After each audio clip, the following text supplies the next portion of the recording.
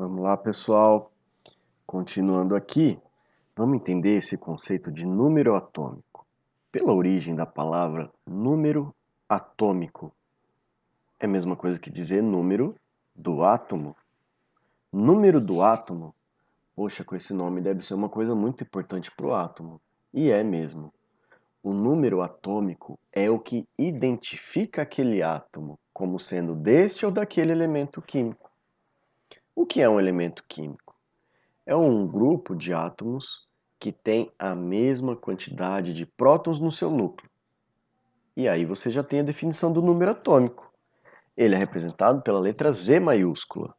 Então, quando você vê numa questão de química a letra Z maiúscula representada, pode ter certeza que está falando da quantidade de prótons de um átomo, tá bom? Assim como você tem o seu número de RG e ele não é igual ao de qualquer habitante do Brasil, o átomo também tem o seu número atômico. E é isso que vai definir de qual elemento químico ele é. Ele é um átomo de hidrogênio, de oxigênio, de carbono, de ouro? A qual elemento ele pertence? De qual elemento ele faz parte? Entendeu? Então, determinar o Z de um átomo é determinar a quantidade de prótons que ele tem no núcleo. Beleza? Nesse átomo aqui da figura, qual que é o número atômico dele? Qual é o Z? O número atômico é a quantidade de prótons, que aqui está representado em vermelhinho com sinal de mais, porque os prótons são carga positiva. O Z dele é 3, o número atômico desse átomo é 3, certo? Vamos identificar que elemento químico é esse?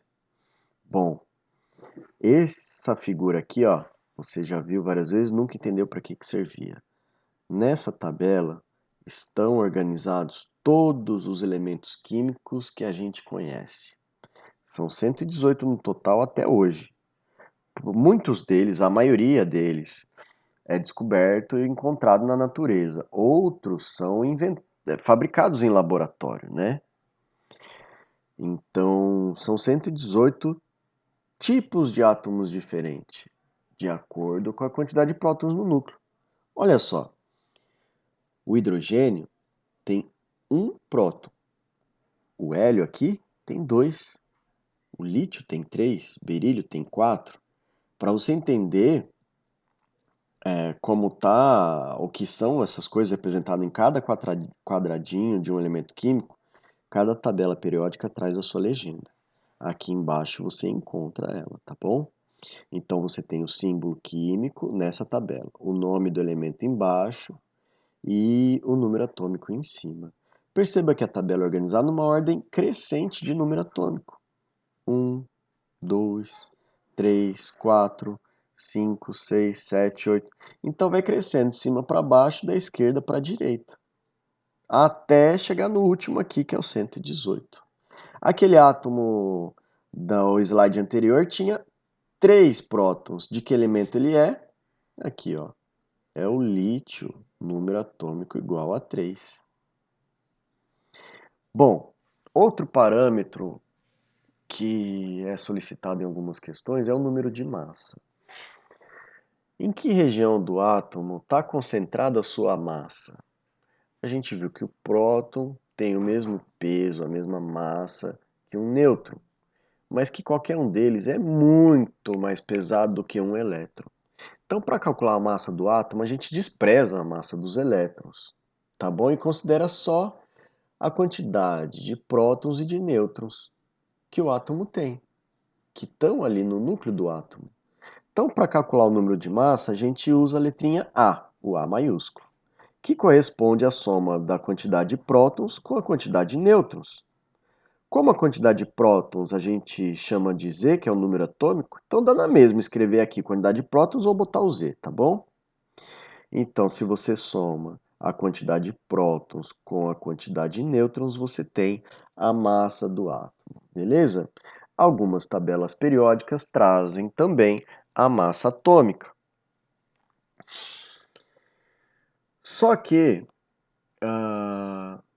a quantidade, por exemplo, vamos pegar o lítio lá, né? Que o número atômico é 3. Ele tem 3 prótons. Mas se ele tiver 3 nêutrons, ele continua sendo lítio? Sim. Se ele tiver 5 nêutrons, continua sendo lítio? Sim. Se ele tiver 5 prótons, aliás, desculpa, 5 elétrons, continua sendo lítio? Sim. Ele sempre vai ser lítio desde que tenha 3 prótons. Esse é o número atômico. Ah, mas se botar um próton a mais, já não é lítio, aí já passa a ser berílio, que aqui tem 4. Ah, mas se perder um próton, aí vira o hélio, tá?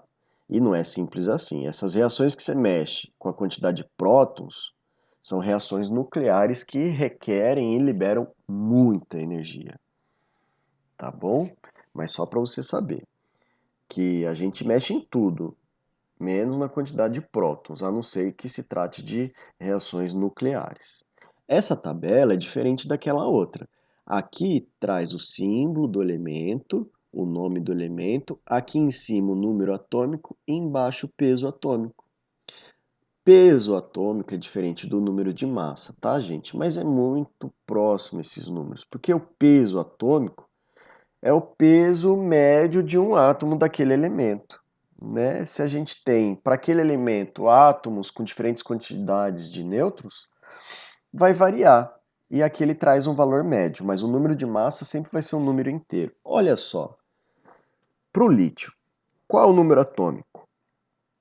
3, a gente já viu. Qual o número de massa? Vamos nos basear no peso atômico. Aqui é 6,9. Vamos aproximar para 7, porque o número de massa tem que ser um número inteiro. Então A igual a 7.